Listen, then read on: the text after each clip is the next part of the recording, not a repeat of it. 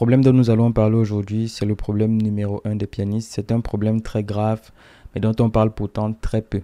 Je l'ai constaté chez 9 pianistes sur 10.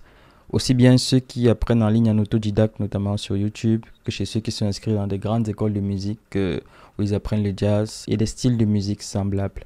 Le problème, le voici, c'est que ces personnes, après plusieurs années de jeu et d'apprentissage au piano, sont toujours incapables de jouer de manière fluide dans toute leur gamme au piano. Si toi aussi c'est ton cas, c'est-à-dire si aujourd'hui tu es incapable de jouer de manière fluide dans toutes tes gammes, alors tu as un problème plus important que le fait que tu ne saches pas jouer gospel. Et je t'explique pourquoi.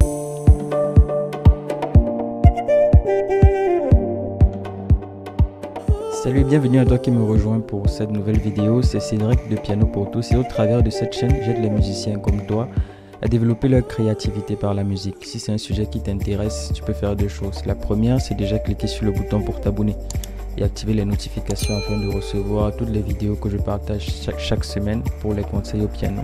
Mais aussi, tu as un bonus spécifique, c'est qu'en allant dans la description de cette vidéo ou dans le commentaire aussi, je le mettrai si j'y pense, le lien pour pouvoir t'inscrire à ces emails.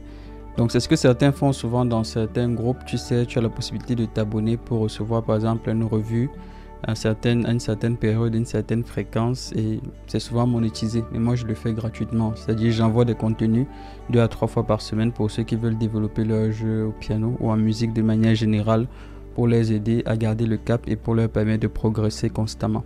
Donc si ça t'intéresse, tu auras aussi le lien en description, parce que justement le sujet dont on va parler aujourd'hui, c'est un sujet que j'ai abordé il y a quelques temps dans l'un de ces emails.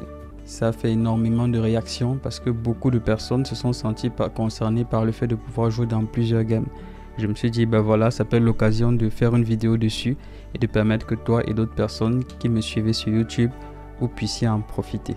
Du coup, on va voir plusieurs raisons pour lesquelles il est important de jouer dans plusieurs gammes. 5 raisons pour lesquelles c'est indispensable pour un pianiste. Si c'est si important, pourquoi est-ce qu'on en parle si peu ?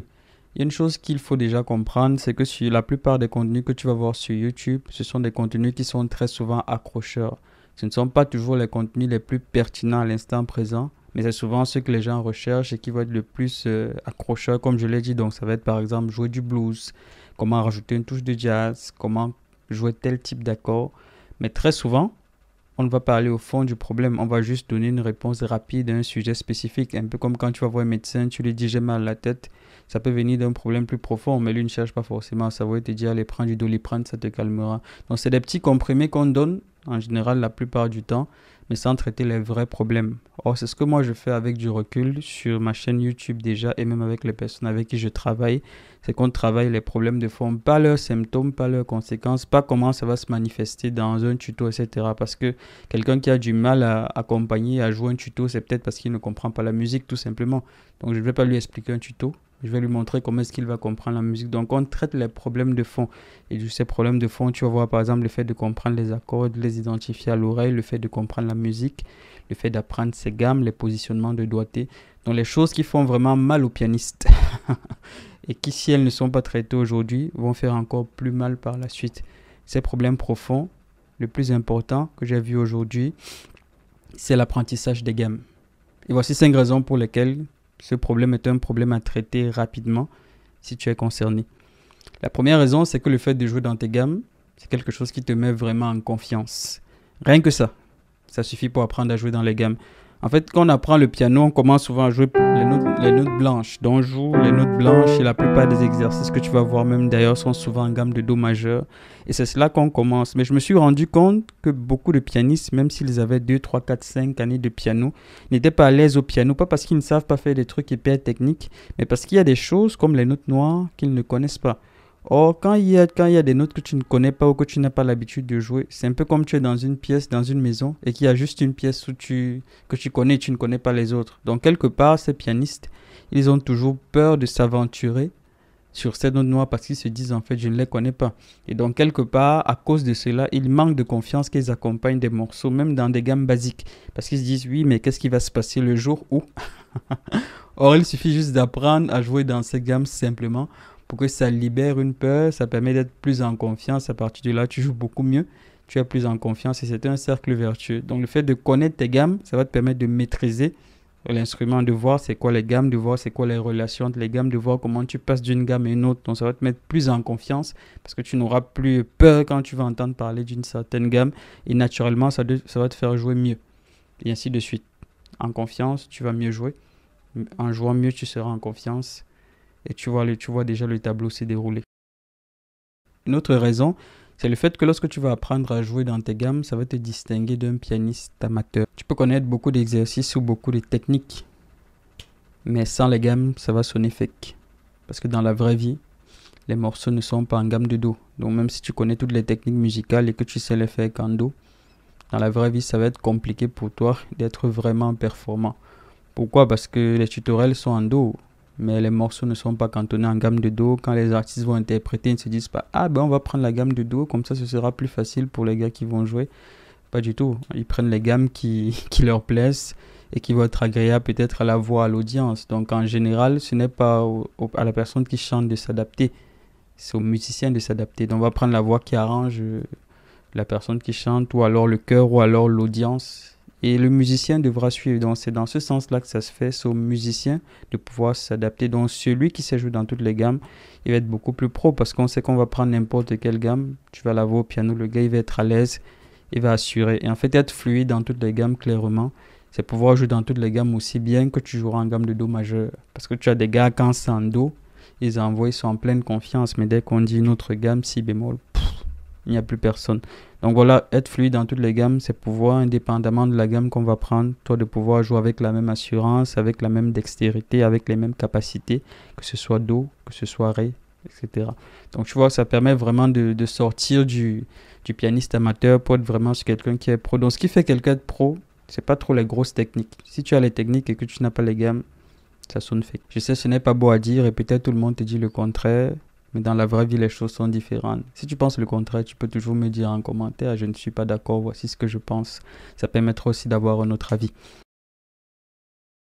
Troisième élément pour lequel c'est hyper important de jouer dans les gammes, c'est que ça simplifie la vie en orchestre. Lorsqu'on va souvent sur YouTube, lorsqu'on veut apprendre la musique de manière générale et qu'on veut se former, très souvent, malheureusement, on est centré sur soi. Ça signifie qu'on se dit qu'est-ce que je veux jouer qui va attirer l'attention de l'autre, qu'est-ce qui va permettre que les joueurs remarquent que je sais bien jouer. Peut-être si je joue cette comptine, on va se dire ah mais lui il est talentueux.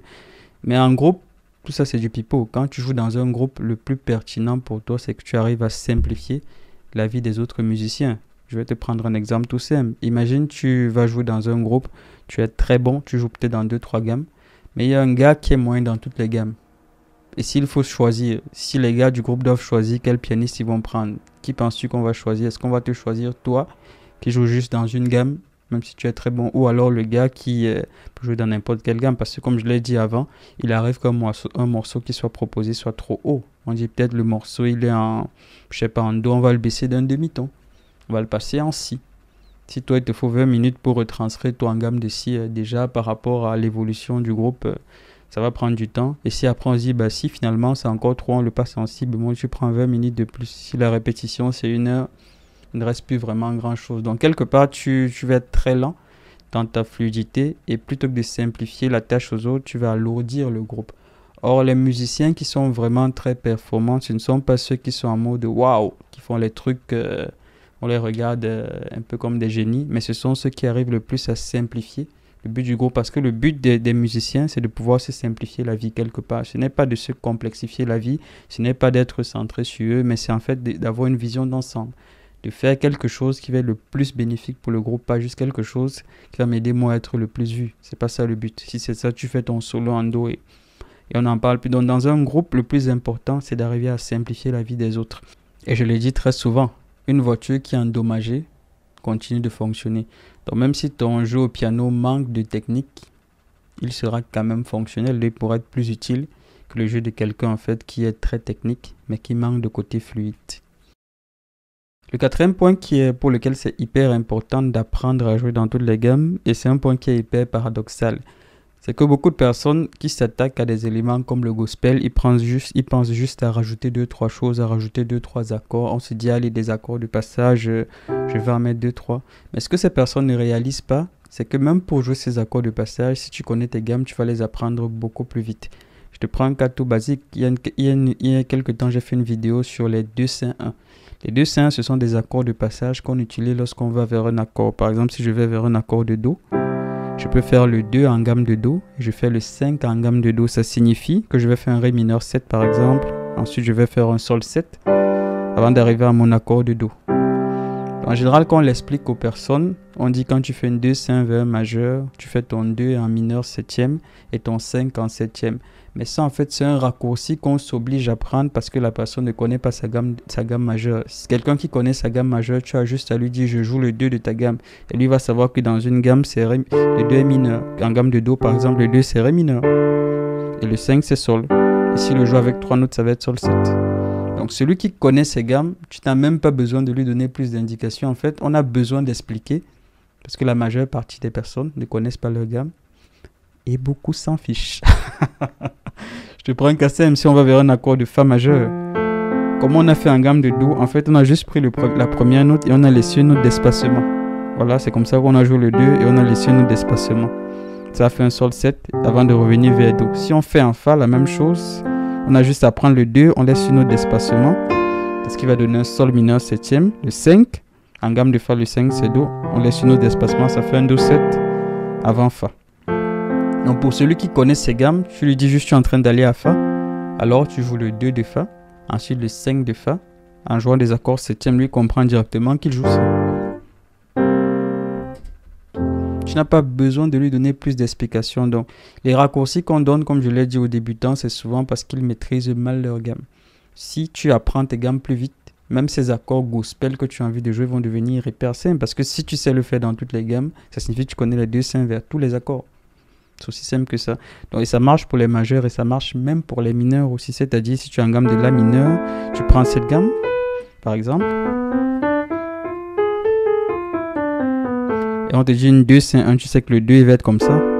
Le 5 il va être comme ça par exemple, avant de revenir à La mineur. Ça marche pour La par exemple, et ça marcherait aussi de la même manière si tu étais en Do. Si tu es en gamme de Do par exemple, ta gamme de Do mineur et que tu dois apprendre ainsi. Et on te dit le 2, pareil, tu vas laisser une note d'espacement comme on a fait en gamme de La. Pareil, en gamme de La, on a laissé une note d'espacement, donc on a fait ça. Et ensuite on a fait ça.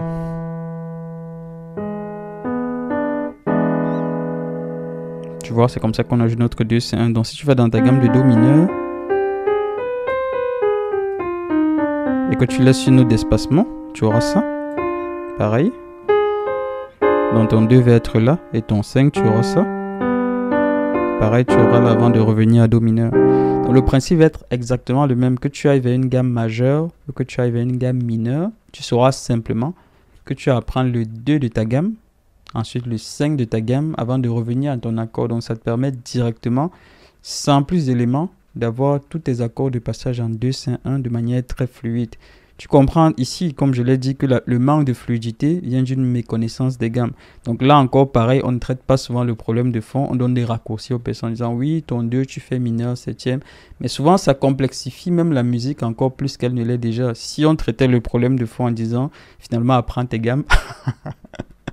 C'est moche, mais si on disait, allez, va apprendre tes gammes, tu t'en sortiras mieux. En fait, celui qui joue gagnerait beaucoup plus parce qu'en connaissant ses gammes, il trouverait facilement ses accords de passage. En fait, il se simplifierait la vie et il simplifierait aussi la vie des autres.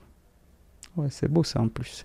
Donc, ça, c'est un élément en plus. Le dernier élément sur lequel je vais m'arrêter, c'est que l'apprentissage des gammes est important parce qu'il permet de changer aussi ta manière de faire les choses. Dans un des mails que j'envoie justement à mon audience, j'ai envoyé un mail qui parlait des bénéfices de l'inconfort en disant les choses qui sont inconfortables sont très souvent les choses qui sont utiles. En musique, on dit souvent les exercices les plus inconfortables sont souvent ceux qui aident à se développer. Les personnes qui sont intéressées, non pas juste pour faire des choses rapides, mais qui cherchent les choses qui vont les aider à se développer, vont apprendre leur gamme. Et même ceux qui ne le comprennent pas, en apprenant les gammes, comme je suis en train de l'expliquer, vont commencer à changer leur manière de faire. Ceci va t'amener à changer ta manière de faire. Tu ne vas plus juste regarder des exercices parce qu'ils sont beaux, des choses parce qu'elles semblent extraordinaires. Mais tu vas te dire, en quoi ceci m'aide vraiment à me développer? Je peux jouer 18 000 tutos. Mais est-ce que ceci va m'aider à développer mon jeu au piano? Est-ce qu'après 2-3 ans, je serai un meilleur pianiste que je l'étais hier parce que j'ai joué 15 tutos? Peut-être pas. comment est-ce que je peux intégrer une manière de me développer dans mon approche, de sorte qu'après plusieurs mois, plusieurs années, mon jeu au piano est réellement progressé. C'est aussi simple que ça. Donc, ton état d'esprit va commencer à bouger vers ce qui t'aide toi à te développer.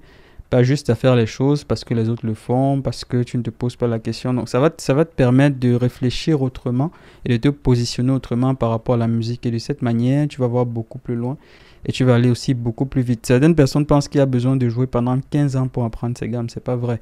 Moi, j'ai appris mes gammes, je crois, j'avais peut-être 2 ans de piano, 1 an et demi. Je n'avais pas, même pas 2 ans de piano, je jouais déjà dans les gammes. Donc, le point aussi important, c'est la méthode.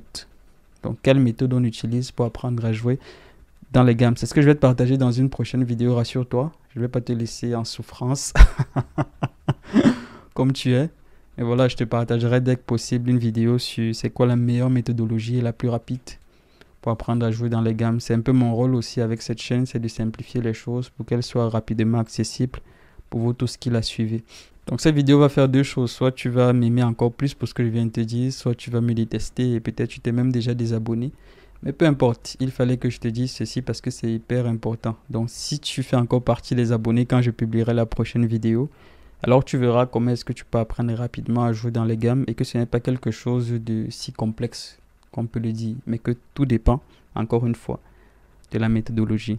Donc je te laisse avec ceci, revois ceci dans le détail et à la prochaine vidéo je t'explique comment est-ce que tu fais pour jouer dans toutes les gammes de manière fluide. À bientôt.